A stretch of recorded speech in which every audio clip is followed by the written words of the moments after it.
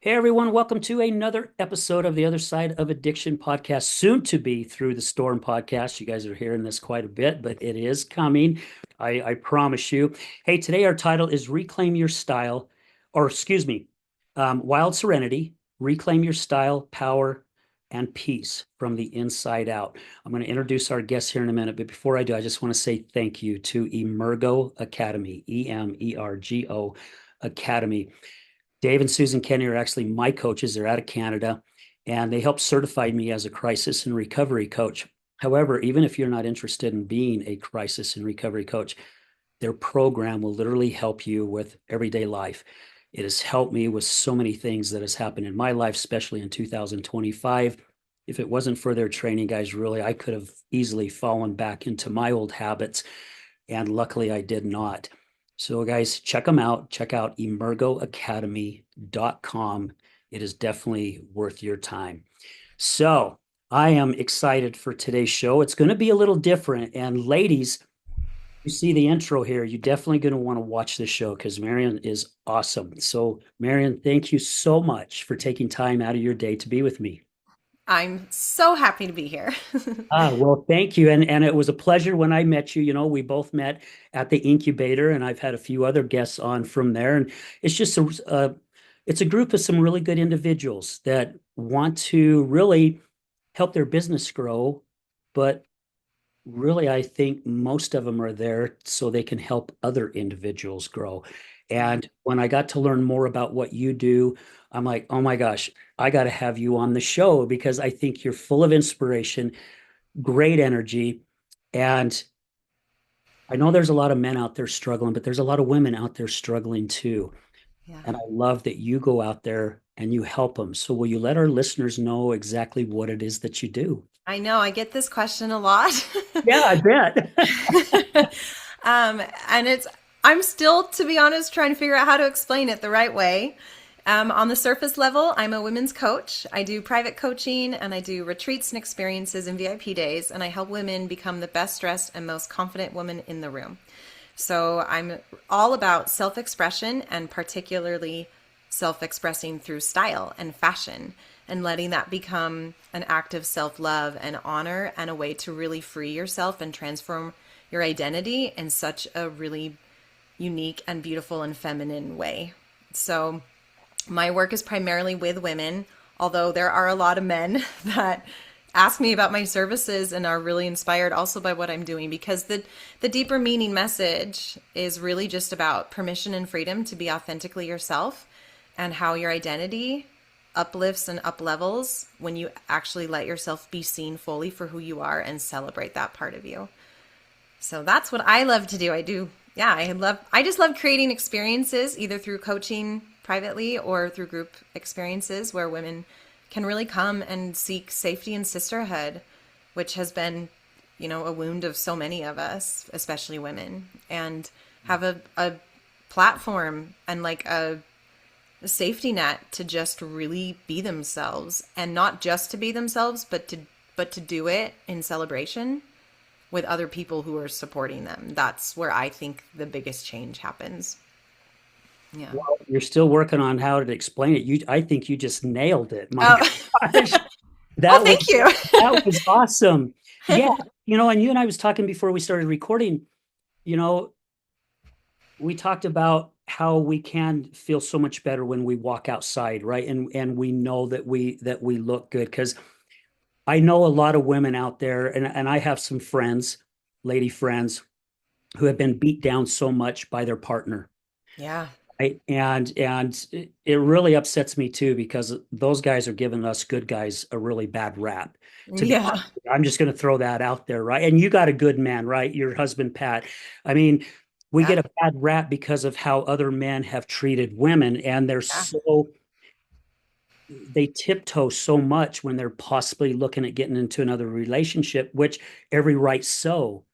However, when we start feeling good about ourselves, I know at least it was for me as a guy being asked what brings me joy, and it took me a while to figure out the answer. And I said this at the beginning of this year on a show that I was a guest of. For the first time, I can honestly say I'm in love with who I am as an individual. Hmm. And it's taken me 60 something freaking years to get, It's right? And I get beautiful. emotional talking about it because I've worked my damn ass off to get to this point to Yeah. where I can go outside and hold my head up high and know I am who I am. I'm a good person. I have so much love and integrity to give out there. This is what you do for ladies. Yeah. Yeah. I love hearing that. And you're not alone in it. Like I'm 39, about to be 40 in a month, and It doesn't hurt, by the way. it thanks. But I think it took me till I was like 36 to really fully accept myself and to fall in love with myself all the way. Right? Like, and you've talked about men getting a bad rap, and like that was a huge part of my story, was my relationship with the masculine and men in my life, and all the work I had to do in myself and then outwardly so that I could have the relationship that I do now and have the marriage that I do now. But it did not come easy. It was Yeah. a lot of work. And I had to become this version of me in order to get such a good man, someone who could match me, right? This is just such a funny topic because a lot of people, and I'm sure you get this too, will look at our lives from the outside and watch on social media or just as acquaintances, and they'll see me, they'll see what I look like, they'll see my husband and me, my family, the house I live in, what appears to just be so picture perfect, and they'll kind of automatically dismiss me. Or, and I mean, we do this to other people, right? We're always coming up with ways. We're like, well, it's easy for you because you have this. It's easy for you because you were born this way. It's easy for you to say because, and I've gotten that so many times with, well, easy for you to say because you have a husband who adores you, as if he's the reason I feel so good about myself or do what I do. And I used to be really wounded by that dismissal. I used to feel actually like really, I'd get annoyed, I'd get frustrated, I'd feel really hurt inside. And it was really all just because I was still outsourcing. Like I still wanted their validation and I wanted to be seen and understood so badly. And that's been another journey of mine, to work through that and just lay it down and let people think what they think, and to just be really sovereign and grounded in what I know is true, and help the right women who do come to me, who don't dismiss it, who understand that there's more to life than just, diffusing responsibility for your own life to other people. But Yeah. Yeah, yeah, I think the majority of us, and I will even say I was one of them, where I spent the majority of my life playing the victim, yeah, right? I was the way that I was because of this. I mm-hmm. acted this way because of this. I only do this because of this. When Yep, you start realizing that you are playing the victim, then it really starts opening your eyes, because it's still by choice, right? We still yeah, have choice. We can choose to stay in the shit pool, per se, or we can go, you know what, I'm tired of this crap. There's something that's got to change. And I have found too, just with working on myself and even individuals that I've sat down with, realize that it's that fear of the unknown on the other side. Even though it could be better, it's the fear. And I think that's why so many people stay in bad relationships, yep, right? They don't yep. want to be there, but at least they understand it. They're not understanding what they don't know yet. And it is work to get there. You It just is. do the It is tap dance scary. and wiggle your nose, and all of a Yeah, sudden life is great. yeah, However, the journey to get there, I got God bumps over here. The journey to get there is so freaking amazing. yeah, yeah. Um, that you frame it as the victim, and that resonates so much with me because I see a lot of women, like, so particularly in my work, like what I'm really doing is transformational identity work, but we're just happening to use beauty and style as like our vehicle to get there, which is just my favorite. It's the language I speak. I can like, my husband always jokes that I track my life in terms of the outfit I was wearing. Like I can remember something and I could tell you what I was wearing, probably how much I paid for it, where I got it, how many times I'd worn it beforehand. Like it just is what happens to me. But that I hear so many beliefs like that, these victim mindsets. And of course, I used to be one as well. But it was like, well, I'll feel really good about myself and I'll go do that thing that I really, really want to do when I've lost the weight, when I've made more money, when I've got the adoring partner, when my kids are old enough, when I'm not so tied down, when, right? It's like this endless someday. And what I am encouraging women to do and create spaces for is to like reframe that, because the thing that they want to do that they keep holding themselves back from, they think that they have to like somehow magically snap their fingers and they'll just be confident and courageous enough and relaxed enough and abundant enough to go do it. But the thing that they want to do is actually the vehicle that's going to create that confidence and that abundance in them. And when we hold ourselves back from letting ourselves feel beautiful and do the thing or buy the thing, and I don't mean that we want to be irresponsible with our money. Let me pause for a second, because I'm thinking like I'm not explaining this well enough. But Okay. for instance, I have a lot of women who are like, I actually had a woman message me yesterday and she was like, I really want to come to your fashion show. I have this big event I'm putting on tomorrow. Big fashion show where I'm highlighting real women, real who are modeling for me, who I've done my services with, and we're showcasing the deeper meaning of this work I'm doing. But I had someone message me and say, I really want to come, but I just don't have anything to wear, so I probably won't make it. And I was like, well, I hear you. I feel you. I understand it. But what is actually being communicated to me when you say that is, I don't feel good enough the way I am, and so I'm going to shrink and hide from this experience. It's not really about the clothing. And so what if this woman would come to the event that I know she wants to be at, which is going to be inspiring and full of other women who are so excited to be there, who also have said to me, I don't have anything to wear, but I'm going to come anyways. I'll figure it out, right? They just show up. Like, you would show up in that room so differently, even if you weren't sure of your outfit, right? Your confidence totally changes when you walk in a room and you are accepted and you are belonging and you've let yourself be brave and get over that limiting belief of, I'm not okay the way I am. I have to prove myself to others. Because that's all it is. When someone says, I can't go because I don't have the right outfit, on the surface, it's like, I'm not good at style. I don't know how to dress myself. But what's happening deep down is it's a total lack of self-esteem and self-confidence. It's just fear that we'll be rejected, right? We're still hoping and looking for outside approval. But when we just decide, this is a little scary and I'm not sure if this is the best outfit, I don't know if it's going to look amazing on me, but it's okay and I'm going to go anyways and just have fun. That's how you become that woman. That's how you become confident, right? And you move from victim of, well, I don't have the right outfit, so just can't do it, to totally empowered, amazing, badass woman who's like, I'm doing it anyways. I'm going to find the outfit, right? It's a totally different mindset. It's a totally different energy. And that's what I love to help women rewrite.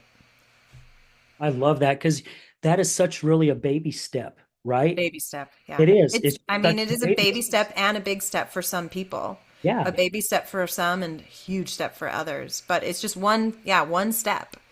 And then Yeah. you show up to an event and then you meet new people and you network and you finally find new friendships and relationships. You open yourself up to all these opportunities that you would have missed out on if you had just stayed home and done the same thing, felt bad about yourself, felt like you're missing out, you know? Yeah. Yeah. I love that quote that says it's none of our business what other people think. Hmm. You It's know, not. It's it's not. not. Yeah. Yeah, And because that's a hard pill to swallow sometimes. it is. It really is. Yeah. But Ooh, it's like you said at the beginning, it's just being able to step forward just that little bit. yeah. Because even just that little bit for some, or even if it's a big step, it changes us. It changes our motion in a different direction, and we don't even realize it. Yeah. And when we're doing these little teeny baby steps, like what Steve Jobs says about connecting the dots of your life backwards, you'll see you're exactly where you're supposed to be at that moment. And man, Hmm. I have replayed my dots so many freaking times since the first time that I heard that. And Yeah. I have come to realize I have been being groomed this entire time, not even realizing it, by making the choices like what you just said. Hmm. Oh, by going, you know what? I may just show up in shorts and a t-shirt and my tennis shoes, but that's okay. Yeah. That's that next step to go, okay, well, next time, well, then next time. So I love Yeah. that. You're never ready. You're never ready. You just have to start messy. Yeah. Yeah. Well, Yeah. you go back to the gym stuff, right? I was talking to a buddy of mine that was at the gym with me this morning, and he's been telling me for 5 years. I mean, he and I've been friends since we were 9. Mm. And for 5 years, he's been saying, one of these days I'm going to go to the gym with you. But he's one of those two that says, well, I'm not because of my shoulder, or it's Mhm. because of this, or it's because of that. Well, finally he showed up. He finally came. Because I told him a while ago, I said, stop telling me you're going to go because you're not going to freaking go. You keep coming up Yeah. with reasons why. So just stop saying one of these days I'm going to Someday. go. Yeah. Yeah. And Hmm. he's finally shown, you know, Love that. and he's nice and slow and he's apologizing and I'm like, dude, don't apologize. You're freaking here, right? Hmm. I don't care if you get tired and you got to sit down. I'm not judging you. Yeah. You're doing this for you. You're not doing it for me. Yeah. And when we can start realizing that we're doing it for us instead of somebody else, whether it's our partner or a family member or whatever it may be, or a friend, I think also our mind starts changing a little bit more and not worrying about so much what other people think of us. Yeah. Yeah, that's what I call this is something that I've really worked on in myself and something I love to do like in my programs and with clients is really developing like one of the outcomes of a woman who is so secure in herself and so intentional about how she dresses, how she takes care of herself, approaches style and fashion and self-care from a mindset of not what is going to look good on me, which is another way of saying, will other people approve of me? Will I be accepted, etc. But how do I feel in my body when I put this thing on? How does my body react to it? What is my intuition and my gut feeling? How does it respond to this color, this fabric, this cut? What feels authentically like me? And if you can approach life from that way, it changes your viewpoint because you're suddenly so inside yourself and so self-centered in the best way, as we all should be. You're not thinking about anyone else or anything else. You're so focused on you. And then when you approach life from that view, you get dressed that way, you put your makeup on that way, you do your hair that way, you go to the events that way, you walk into the room and you're so very present because you're not worried about anyone else. So instead of being like fidgeting with your clothes or self-conscious or afraid to look up from your phone because you're uncomfortable socially and you feel awkward and insecure, you're like so confident in yourself that you can actually be present and pay attention to other people and ask questions and receive love and compliments and really engage. And that changes everything about your life. Like Yeah. your buddy who is coming to the gym, like that's so amazing for him. It's all what it's all about. Like, and he can show up and just focus on his own stuff and amazing. I just love that. Yeah. So I'm gonna ask you this question. You probably get asked this question too, quite a bit. Where was it in your life? I mean, you've had to go through a certain thing in your life, and you shared just a little bit, like with past relationships and stuff, Hmm. to where you finally had that aha moment to go, I think it's time I go a different direction. Yeah, yeah. So a little bit about me. I grew up in upstate New York, kind of a typical nuclear family. I grew up in a really, really intense, high demand religion, and that ruled my life, my family, my extracurriculars, my time, my identity was all wrapped up in that. And what it really taught me was that I was always searching to be approved of. I was always searching for to be the woman that checked all the right boxes so that I could have love, I could be, saved in the eternities, I could be worthy of divine love and approval. And I grew up in a similar story to many people around me, but just a lot of boxes, a lot of expectations, and they were all very outwardly focused. Lots and lots of rules. And I just had like this deep seated insecurity in me that I've always been a pretty confident person, but I had a deep seated insecurity about my worthiness and if I was really ever going to be good enough. And as a child, oh my gosh, I just loved the same stuff I love now, but I was really free in it as a child, right? I loved clothing, I loved beauty, I loved romance, I loved way things felt on my skin. I was like, as a kid, never wanted to have clothes on. Like I just was a free spirit. Like I loved the way sunshine felt on my skin. I loved being out in my pool, my backyard with just the wind on my skin. I just am comfortable that way. And I just would get more excited the more beautiful and happy people felt about themselves. And when I got to be maybe around 12 years old is when, kind of that transition, puberty had becoming developed into an actual woman's body. All the patriarchal expectations and pressure and old school mindset of what I was allowed to be and what I wasn't allowed to be really, really hit me. And it totally defined how I viewed men. Not good. It totally defined how I viewed my role in the world, which I had really been taught and believed was secondary to men. I thought I was supposed to just be a baby maker, homemaker, and that was my only purpose. I was encouraged to get my education and develop myself, but like only in the terms of so that I could meet this particular role and be a stay-at-home mom. And I loved being, I was a stay-at-home mom for a long time and I absolutely loved it. Still love it. But I was just like whittled down to that one thing. Yeah. And then at 18, I went to college to the church school that was picked out for me and did the very expected thing in my culture. And I was married at 19 to a man that I got along with, but was not really in love with, and just kind of went into this life and did what was expected of me. And there's obviously lots more to these stories, but I was married for about 10 years to that man, had 2 kids with him. And during that time, I was really, really lonely. I was so lonely. There was just no intimacy in any capacity between us.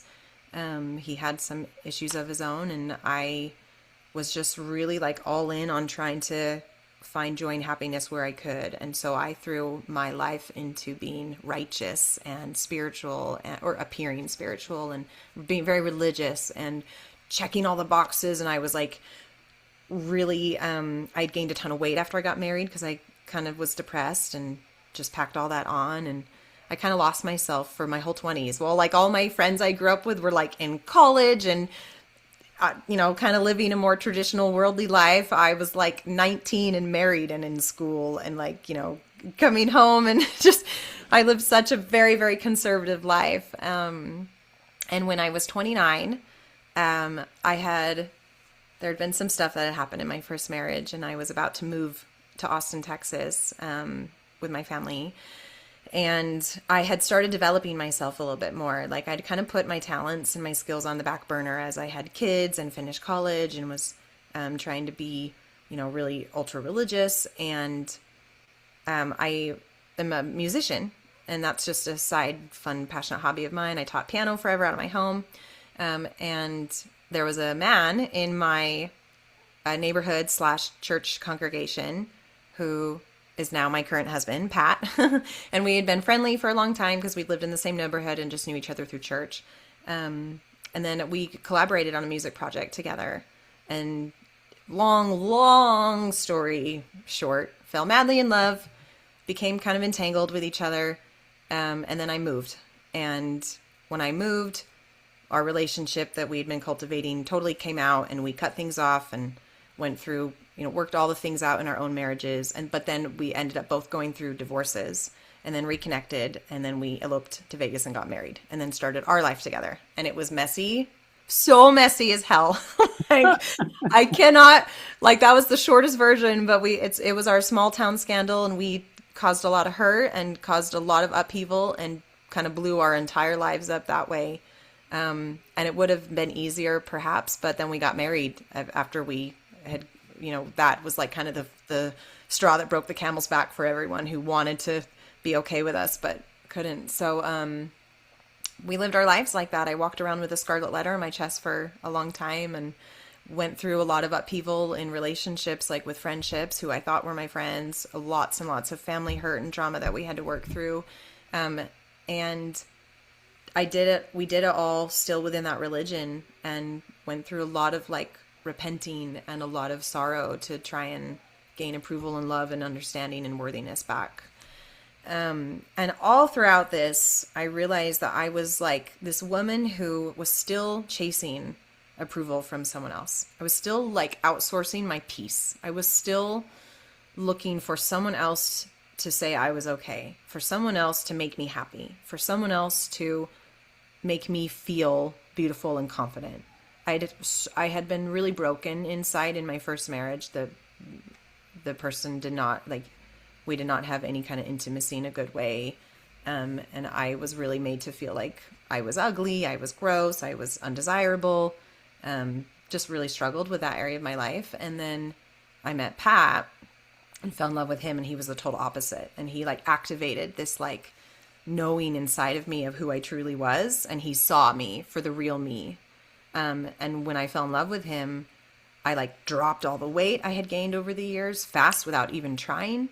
I was starting to feel like more excited and confident. I started singing. I taught myself how to play guitar on top of the piano, and I was performing again for the first time in 15 years. And that was really scary and fun. And, that love that I had with him, and it wasn't even like the love we had. It was the way he saw me. It was the way he spoke to me and the way he valued me, and the way that my my intuition would spark and like feel like affirmed in the compliments he would give me that he meant so genuinely.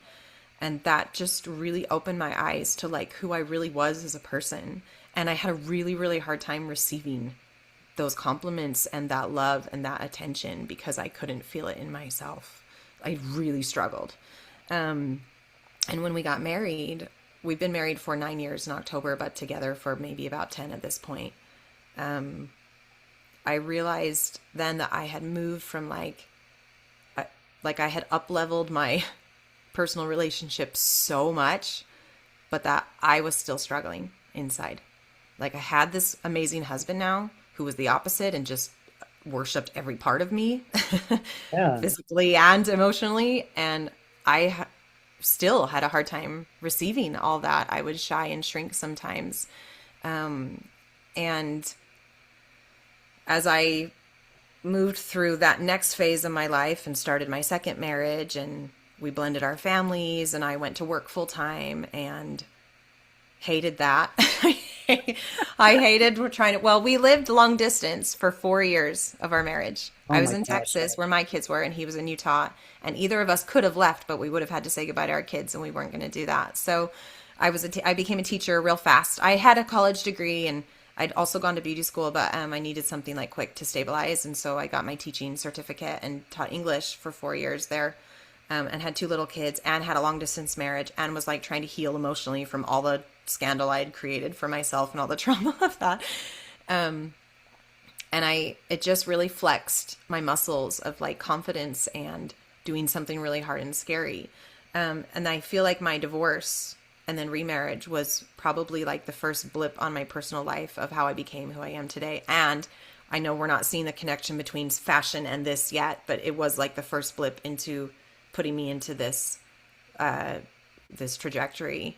And because I made the decision to get divorced with so much shame and judgment and ridicule stacked on me, and like no one could almost no one could understand. And I had so much family pressure from like people who I thought would have my back and who I could like finally open up to about how horrible things had been and why I was actually leaving and what I needed out of love and for myself. They didn't. They couldn't support me. There were some who did, but there was a lot who couldn't. It was really hurtful. So I had to like make this really scary decision at age 29, totally alone in a brand new state. Like we'd moved to Texas. I knew no one, and I had to like start over with a big scarlet letter on my chest as a newly single mom, and just kind of cope that way and quick go to work. And like, it was a lot. I had to move through so much at that time. But it taught me so much about peace. It taught me so much about following my own heart and how important that was. and the power of my voice, because I had stuffed down my feelings and I had stuffed down my self-expression and stuffed down all the problems that were actually happening that I was too shameful to even share with anyone. And if I had done that back then, I probably wouldn't have ended up in the same situation I had. And it really flexed those muscles of using my voice and the power of self-expression and in all the different ways that there are. And eventually, fast forward 5 years later, we'd been married for 5 years and we had a baby together. So we have 6 kids. He had 3, I had 2, and then we have this one little one together. And there's 18 years between his oldest son and who's our little 5-year-old now. Mhm. And that changed everything again for me. Right when, like a month before he was born, I was finally able to move back, and we were able to like combine fully our families and live together for the first time in Wow. 4 years. I know that was like our second marriage together. Like we've had 3 versions at this Yes, point. it sounds like it. Yeah, it was crazy. And that actually started the next year to probably 2 years of really, really hard life. Um, our marriage, which had been really, really close and really passionate and really, I mean, Pat is, he's a special man, and no one has loved a woman, I think, more than he loves me. That's And probably no one has loved a man more than I love him, but he would emphasize no one has loved me more than a woman more than he loves me. But it was like all these things that we'd never healed, and all of this codependency we had and all of these insecurities we had inside ourselves kind of like hit the fan. And I had gone from now being like, I'd started this journey of becoming independent. I'd lived in Texas for 4 years pretty much on my own. I was a single mom. Even though I was married, I was still basically a single mom because we didn't live together. I did a lot of traveling to visit him. I worked full time. I like ran a little boutique online while I was there for a little bit. Did some more music projects, and like I had really flourished and come into my own. But I had also demanded that if we were going to have this baby together, I wanted to be a stay-at-home mom. I wasn't going to work this way anymore. He needed to up his income so it could happen. Like I had all these demands of what I wanted my life to be, and it was all the stuff that people had set out for me from the beginning. And I was like so insistent and emphatic that I had to have that, and that's what was going to make me happy. So Pat, who is such a kick-ass, made it all happen. Like he was like, okay. So Awesome. that's what we did. And I moved in, quit my job, had this baby, and we have this beautiful home, this little Mayberry neighborhood down in Mapleton, Utah. And I was once again a stay-at-home mom with a little baby. My other kids were, in school, and I realized that I was miserable. I was just miserable. I was lonely again. I'd moved and I didn't have all the old friends I'd used to have. I had to make new ones.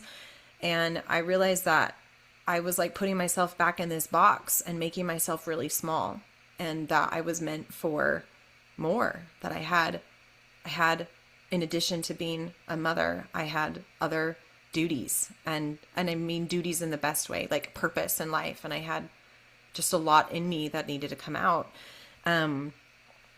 And so at that time, I was also redefining my relationship to God and religion, and really figuring out what was working for me and what wasn't. And I realized that the religion I had grown up in, so many beautiful things about it, so many values that I still hold and carry today. And I don't really live any differently. I just feel different now. But it wasn't for me. And that I had never actually chosen it, but I had chased it because I was so empty inside, and I really wanted someone else to fill it for me. And so I kind of pulled the rug out from under my own feet and realized that this wasn't going to work for me, and I had to figure out my own spirituality on my terms and what was really going to work. And I had a lot of stuff around women's issues and really like finding out what divinity meant for me and my place in the divine world, and especially as a woman, because I had been told what my role was for so long. And I was really searching for purpose there and really trying to figure it out. And my husband and I, like, we had some really hard years of just like a lot of tension between us, because I was growing and growing and growing, and I was leaving this religion that we had kind of yoked together on, and I was changing my viewpoint and ideas on the world and how I saw myself and what I wanted to do. And I had demanded all these things from him, and then I was so unhappy with everything he had given me. And I think it was so hurtful for him, because he was like, but I bent over backwards to give you everything you wanted, and now you don't like it, and I don't know what to do with this. And it was just, so there was a lot going on. So Yeah. I was 35 when I had my last kid. And in that time, I really started down this spiritual path. And I was, I just knew that there was more. And so I really looked at what I wanted out of my life and what I wanted for my daughters, because I have a stepdaughter. I have a daughter-in-law now, and I have two of my own daughters from my first marriage. And I looked at them and was like, I don't ever want them to feel like they can't do something. I don't ever want them to have to walk in a room and feel like, am I okay? I don't ever want them to like look in the mirror and feel like, ugh, that they can't handle their reflection. I don't ever want them to feel unsafe around a man. I don't want them to feel like their value is in their body only. I want, like, all of these things I had struggled with. I don't want them to feel afraid to try things. I want them to love life and feel free and inspired and hopeful and optimistic and manifest the relationships that they're worth, like, that they deserve for them. And I was like, well, am I doing that? Am I modeling that for these kids? In some ways I was, but not in all ways. And so I had to really get honest with myself, like so honest about what makes me happy. I had to get honest in my marriage and tell him, like, this, some of these things are not for me. I had to get honest about, It's okay. No worries. should I, buddy, I can't be interrupted. Go talk to Dad.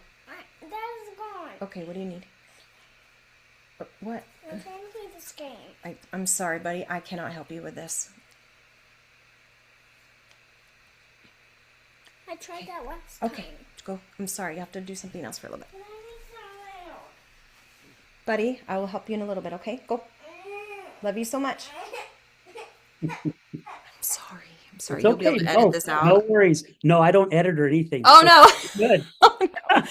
Okay, I'm sorry. I gave him No, very please stern don't say you're instructions about sorry. not interrupting me, but We've had cats jump up on the computer screens and all kinds of things. So that's what my listeners love about this show is okay, it real is life. so honest and true, and yeah, it's raw. So this is raw, right? Okay. All right. Oh, my little 5-year-old, my little son, he's the best, but he's still getting used to me working so much. But okay, yeah.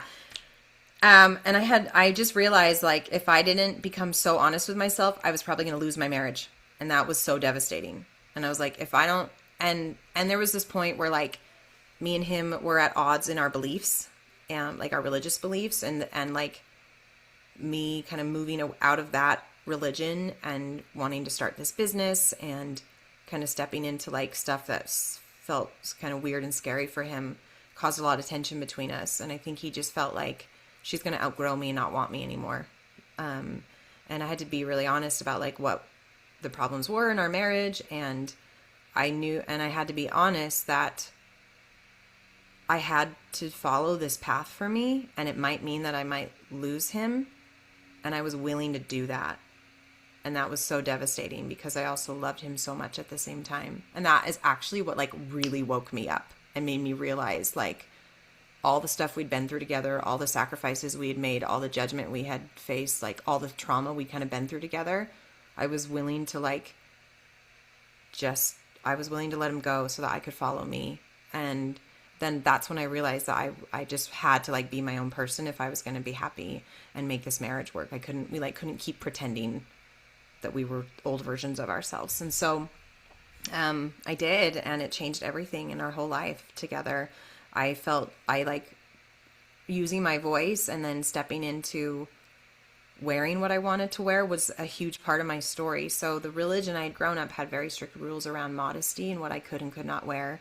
And when I left that, I realized that I was suddenly like on a new playing ground. And instead of getting dressed from rules and trying to like find clothing that would cover certain parts that I hated and didn't ever feel good in, I was like free to do what I wanted. And it was kind of like, oh, I've never approached beauty or style like that ever. I've never felt free in it. I've only ever felt like I had to be a certain way so that I could be approved of and be, check the righteous box. And so for me, that's a huge part of how I feel about myself. Style and fashion for me is like spiritual. I feel connected to divinity when I feel love and so good about myself.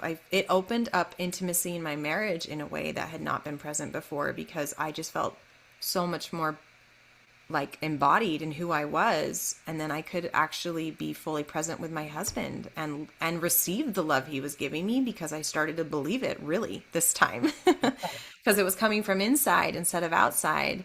It was more like I was recognizing it instead of reaching for it. And I kind of stepped into coaching, and when I was trying to figure out what my kind of niche was or what I was really going to do with it, everyone just kept being like, can you just style me? Can you just style me? Can you just style me? And I was like, well, I'm not a stylist. Like, I don't actually have any formal training in that. Like, I have a clothing construction emphasis degree from BYU, which is like the closest thing that I had to fashion and design. But otherwise, like, I just dress the way I want to dress. Like, I don't follow trends. I don't care.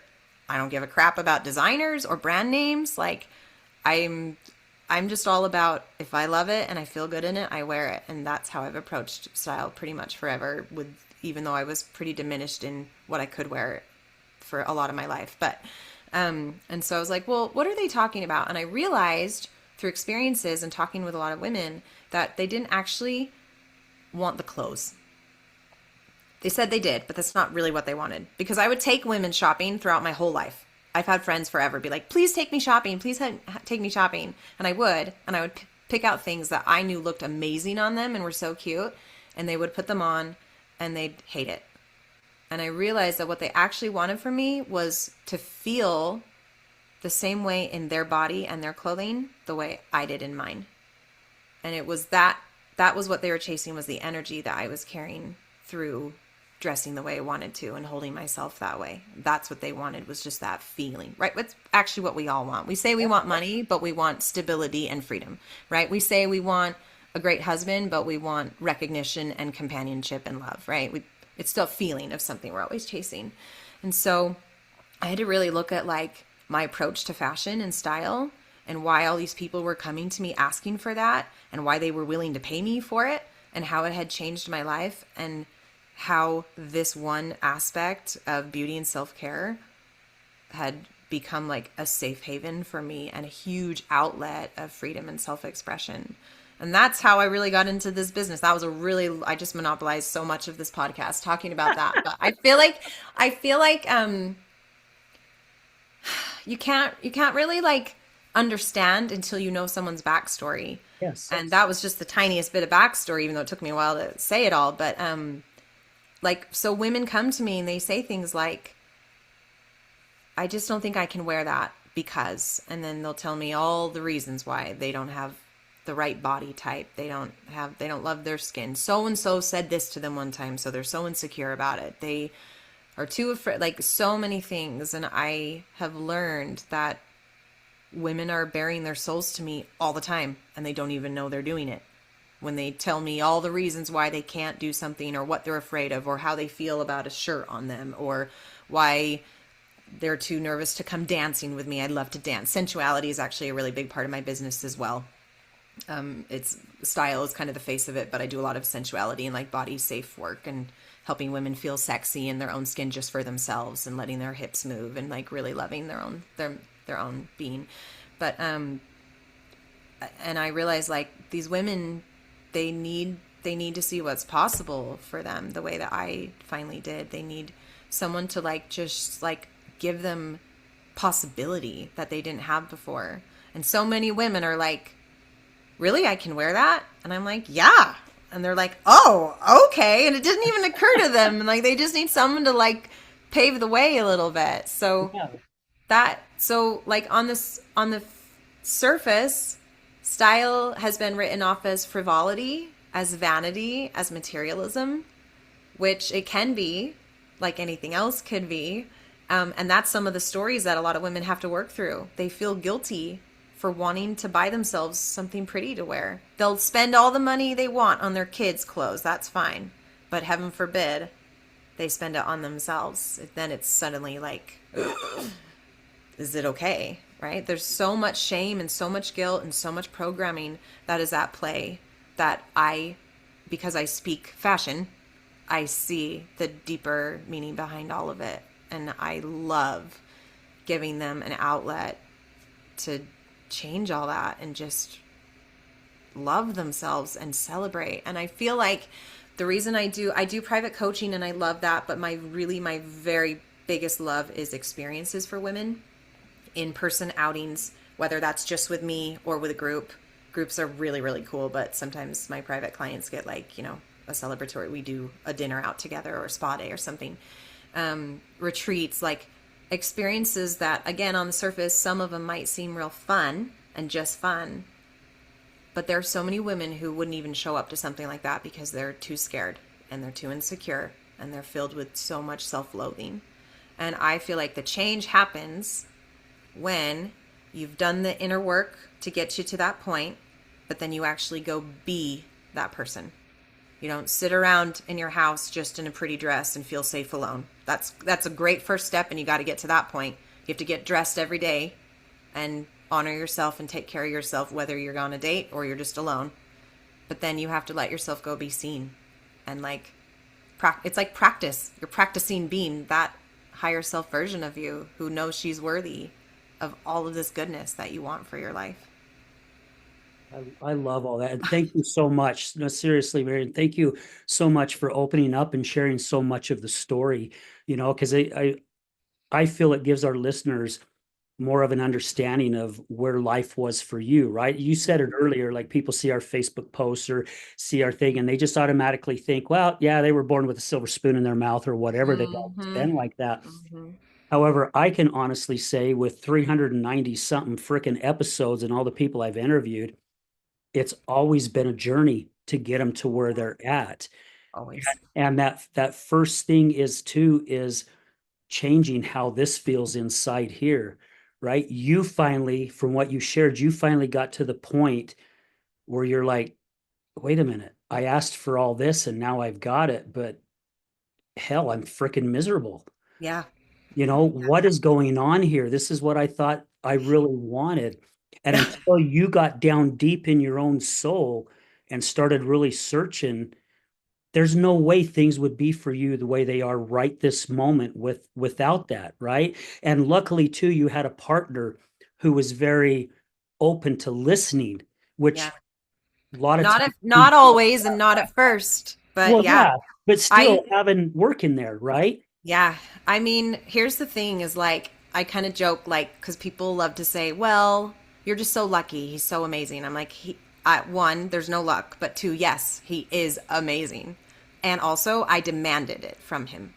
Like, I demanded that he rise to meet me and vice versa. Like, we spent a period of time where things were hard and then they got better. And then there was some stuff that happened. And actually, a year ago, I was separated.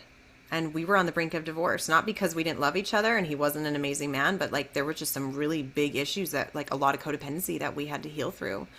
And we might not have survived that had we not both been doing so much inner work to become these versions of ourselves. And I'm like, we create everything in our life for us. Like I manifested that, but only because like I had to get there first. And something I actually want to touch on is a little bit off topic, but I think because women are listening to this, it'll really resonate with them.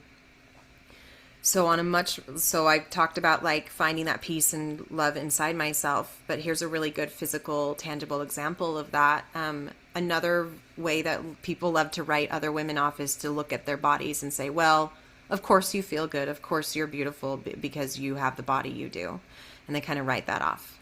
And I get it because actually I spent my whole 20s kind of overweight and not feeling really good about myself totally all the way, but I was just like a diminished version of myself. But after I had 3 babies, and this is kind of real talk, so you're a man and you might not understand this, but after you have babies, your body is like my body was in total disarray. Like things were not where they should be. I had like, like my chest was just like, I mean, I was, 35 and I looked probably like I was 70. And I had this like fanny pack of stretched out skin and stretch marks and like extra stuff that no matter how skinny I was, no matter how much I worked out, no matter how many diets I would be on, it just was never going to go away. It was just from having babies.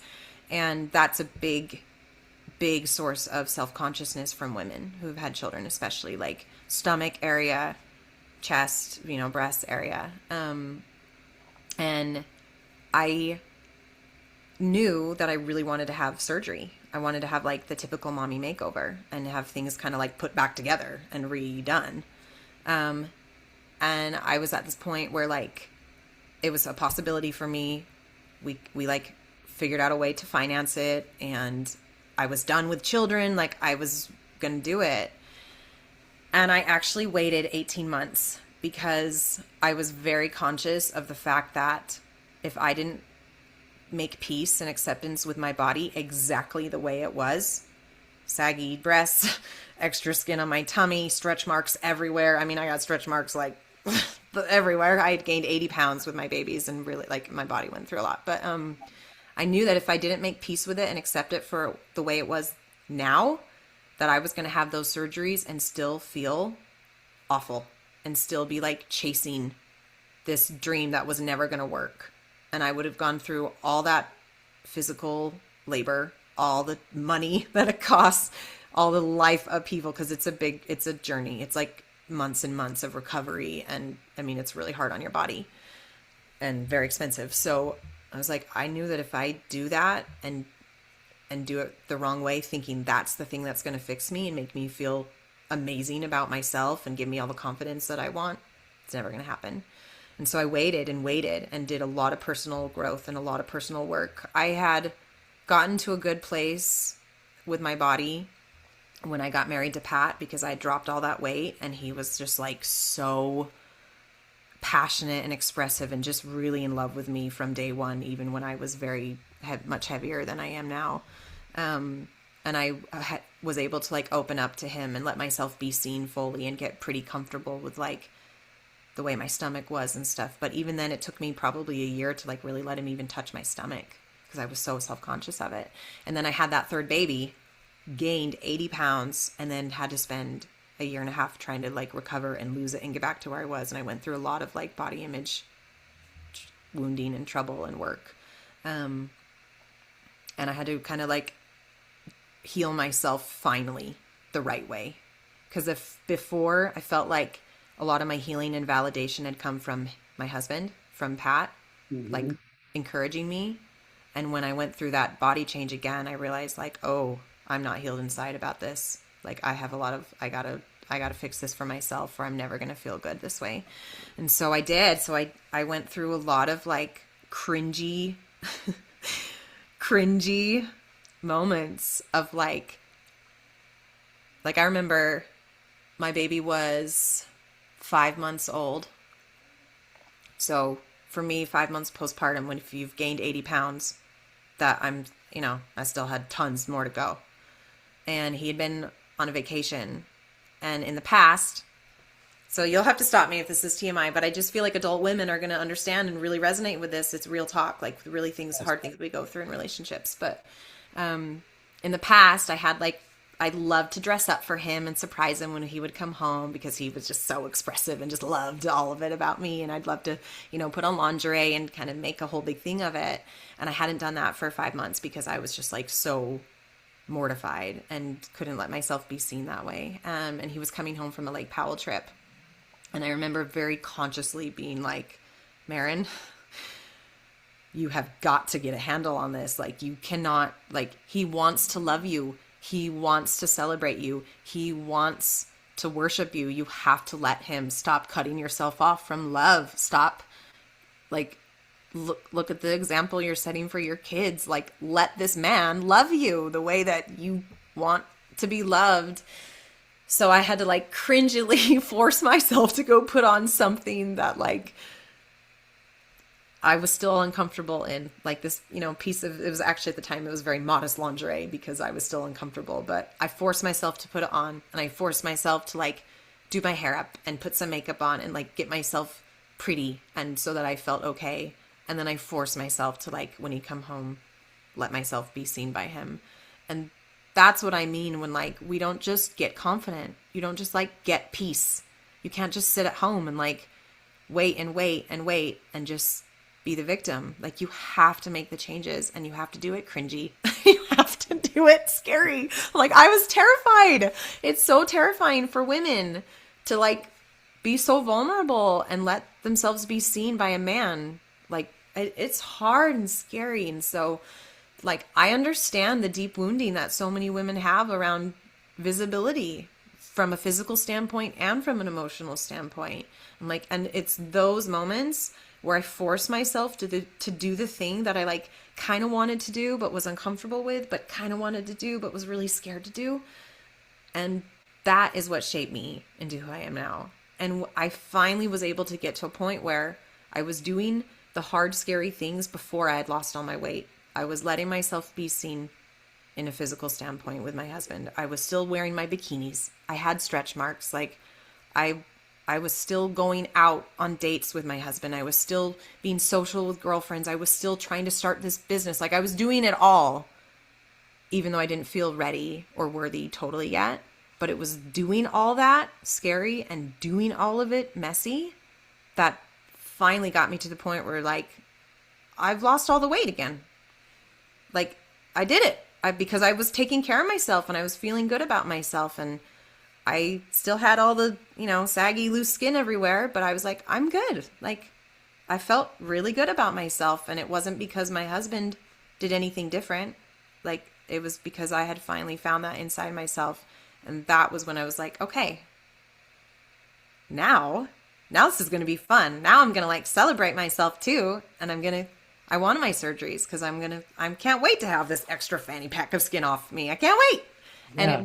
And I went into it with such a healthy, healed mindset that like I had no complications. My results were amazing. Like my surgeon even was like, oh my gosh, can we use you on our social media? And I was like, sure. Like I talked to a lot of women who like struggled. I mean, it's a bear of a procedure. So, Mm. and I was like, no, I feel so peaceful and so good about it. I don't care that other people might dismiss me for it. I don't it's fine. I just feel so good. And, that's another thing that I just know women really struggle with their body image. And sometimes they'll be like, well, so-and-so feels good because XYZ. And I'm like, no, they feel good because of in here. And you can too. You don't have to have surgery to feel amazing. You don't have to be 20 to feel young and beautiful, right? Like you can be 60 and rediscover yourself and have the time of your life. And I see it all the time. And I just love that for women. I will vouch for that, right? Because I hit 63 in July, Mm, and I celebrate myself all the time that I've been going to the gym consistently for the past 14 years. I don't amazing. put on muscle like I used to when I was in my 20s and 30s, of course. However, I'm still okay with it. I'm like, You and know, you're in great shape. You and look I feel really good. Thank you. And I feel like I'm in good shape. So it is never too late, right Yeah, there. I don't like to, I don't see it that is ever a thing that it's too late. I mean, you can even be in your 70s and still of decide to change, course. right? Yeah, I mean, anytime. Yeah. Yeah. I mean, where do we want to go? And you have said something throughout this whole podcast that it's really about loving who we are as an individual. When we can finally love who we are, we bring more of that into our life. We want to talk about manifesting. It's almost like we're manifesting and not even freaking realizing we're manifesting it, because I go back to see who I was when I lost a 24-year career in 2009. I weighed 198 pounds. I mean, I used to bodybuild. I used to do competitions, up there with the little skimpy freaking Speedos on and Oh all that. my gosh. My gosh, that was so uncomfortable for me. Yeah. I bet. You know what? And luckily the lights are on you, so you can't see the audience. It's all pitch black out Yeah. and you're going, holy shit. But to weigh 198 pounds and let yourself go. And my past wife she still loved me the way I looked, right? She still Yeah. was so madly in love with me as Yeah. I was her. But to also start realizing I got to figure this out on my own, because when I started my journey in 2009, which I think I spoke a little bit about it in my talk at the incubator, Yeah. I didn't know the direction to go. I just Yeah. started. I just went in a Yeah. You direction, just have to right? start do something. And I had no clue it was going to lead me to where I'm at today here in June of 2026. And so, but you've touched so much on it throughout the show, is when we start loving who we are, for me anyway, that's when the true transformation really starts happening. Really starts happening. And a lot of times we don't even realize it until months or even a year or so down the road. And then we look back and go, oh my gosh, I've changed so much. Yeah. Look who I'm, even if you haven't dropped weight, or even if you haven't put on muscle, or Yep. whatever it may be, it's just taking that chance and go, this is the direction I'm going to go. I heard a podcast that my oldest daughter sent to me. Jay Shetty is interviewing Madonna. Okay. Ooh, fun. I was never a big Madonna fan, really, at all. Yeah. And I was in St. George at my grandkids' soccer tournament championship thing. And on the way home, I'm listening to it. And my whole aspect changed about her, right? For 28 years, she's been practicing Kabbalah. And Oh. it's a spiritual practice, right? Mhm. And she talked about how she worked so hard to have everything that she wanted, right? She came from a broken home and all kinds of things. And she didn't even want to be a mother, right? Because she figured motherhood brought death, because her mom passed away shortly after she had her last sister. And Oh. she put all these things together. She goes, I have all this money, I have this fame, this fortune, and I'm realizing I'm miserable. Mm. I'm just freaking miserable in my life, and I couldn't figure out why. She got into Kabbalah, which tapped into the spiritual side of things, Mhm. and she finally started realizing what she was really missing in her life. Yeah. And she has completely transformed herself the past 28 years of doing this. And she's like, my life is so freaking happy. I love, and it's not that I have all this money, and I'm in an elite package of individuals like Michael Jackson and Right. Prince and all this stuff, right? She goes, all that's great, but it's not where I wanted to be in my own skin and my own life. And Yeah. I've listened to that podcast, I bet you probably 2 dozen times. I gotta listen to that. Sounds I, amazing. I can send it to you. Yeah. I'll have to get your number. Well, I can send it to you in email even, Yeah. but yeah, I'll shoot that over to you. It's just a great, great interview. And it really even got me thinking, you know, I've been one who, whenever I was out of a relationship, I was in another relationship pretty quick. I always had another woman in my life very quickly. This is the longest I've ever been without having a woman in my life, a full-time woman in my life, right? And it was really bugging me a lot for the longest time, because I still called Janan my wife, even though we had gotten divorced. But again, we were still madly in love with each other. It was just because of addiction and things that kind of really Yeah. took all that away, Yeah. But I finally had to stop one night and sit with myself and go, why is it that I don't have anybody in my life right now? Why? What's going on? This is not how it's normally been for me. And I finally had to realize I needed some of this time alone, this whole period that I've been in, to really do some deep soul searching and Yeah. to really go deep inside myself and go, okay, what am I learning from this? What can I take from this? Because I feel everything that happens to in our life, there's always a lesson. Hmm. It, right? My buddy Cap and I, we always used to joke with, well, we still do. What's the message in the mirror? Look in the mirror and look for the message, right? Yeah. And I What am have I supposed to be figured, learning from this? yeah. And Mhm. so, yeah. And I mean, I have really had so many new things pop up in Mm. my life that go, oh, okay, I get it.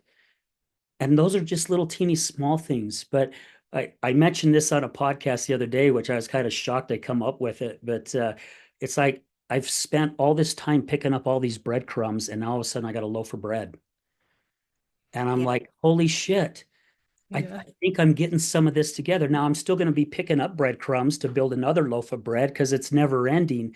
However, it's so cool to know where I'm at to where now I know when that time comes where I can find the right woman who is in my realm, right, of wanting to build together and unpack each other's luggage because we all got skeletons, we all have got our past, but to do it together, which you've shared, you and Pat have done that, right? Even though it was a struggle at times while you're packing, they're throwing shit back in, Yep. you know? But Yep. to get to that point, and I have learned so much about myself by doing this. And you've shared with even a lot of the women that you've worked with is just start. It doesn't have to be big. Just take a little teeny tiny step. And eventually those steps get bigger and bigger and bigger. And the cool thing about it is we don't realize it's happening. And that's the whole joy of the journey that we Yeah. go through. Yeah. I always say, I'm like, if you want to have all the things that you want, then you have to be the woman who gets them. So, Exactly. right? Like, if you want the dream husband, you be the woman that snaps her fingers and they're there. Like, but that version of you doesn't sit back and wait and abandon herself, you know? Yeah. So, Yeah, like, if you want absolutely. someone to adore you and shower you with praise and love and date you and treat you nicely, you have to do it all for yourself first, right? They can only reflect back to us what we see in ourselves. So that's why I love creating experiences for women to do that. I'm like, that's what we're doing. We're just dating ourselves, recording ourselves, and doing it Yes. all in style. Well, and I love that because that's exactly what we got to do, and I never liked the word selfish. However, we do have to become selfish in the good selfish way, In the right? good, yep, self centered in the best way. You have to be. Yeah. And once we get to that point, I mean, seriously, at least in my life, and it sounds like with what you have shared, God starts putting those pieces in front of you, Yeah. right? But until we get to there, those pieces are still hidden. We don't know which piece to grab next because we're not at that point yet, and we Yeah. haven't learned that certain lesson. Yeah. So, Yep. yeah, Baby steps. Yeah. absolutely.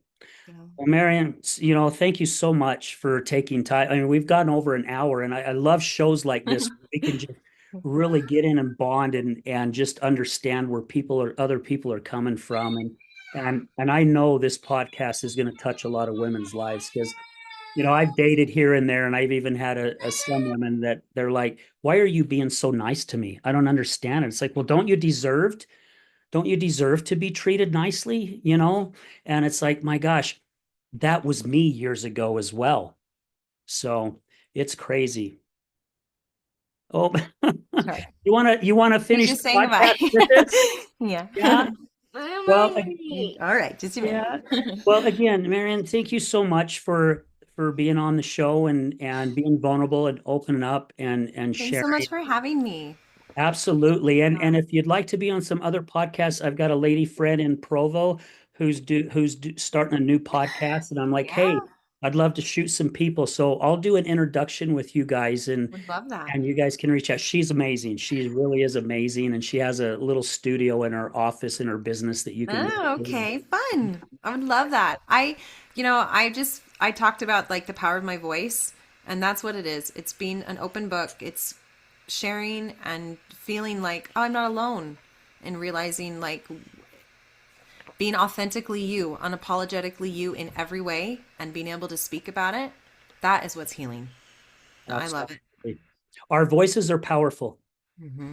Very, very powerful. And when someone, because, and I'm sure you probably felt this too as we wrap this up. When I was going through a lot of stuff that I was going through, here I am out of what, 7 billion people or 8 billion people on this planet. I think I'm the only person that's going through it. Bullshit. There's so Yeah, many other people going through it. But however, we get so trapped within ourselves that we think we are the only ones.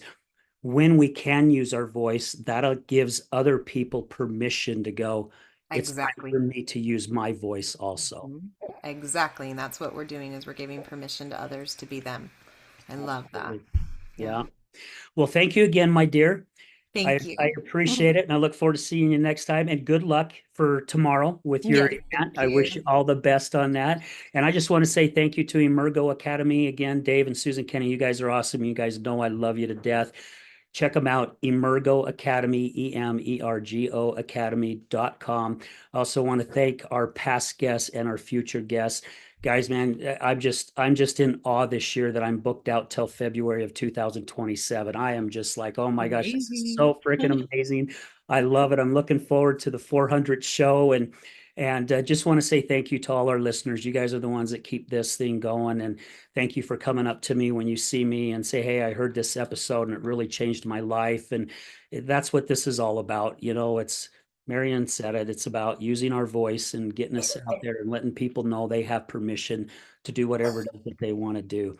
So we're going to leave you with this. Oh, before I go too, also, guys, remember the show is going to be changing to Through the Storm podcast. It's coming very, very soon. And also mark your calendars for October 3rd at the Miller Free Enterprise Building in Sandy, Utah. We'll be holding our 6th Healing Utah Success Summit. We've got some amazing speakers. We got Dr. Rob Kelly from Texas that's flying up to come and speak. We've got Dr. Sarah Nusan from California. She's going to be flying up to come and speak. We've got some people here around our valley. Travis Whitaker from Diamond Recovery. We got Brooke Rushton, but it's part of our team. She's going to speak for the very first time. She's never been on stage to Fun. speak. So we're really Love excited her. to have her come up. Yeah, she is amazing. So, guys, again, thank you. And we're going to leave you with this as we do at the end of every show. Remember, addiction is giving up everything for one thing, and recovery is giving up one thing for everything. We're out.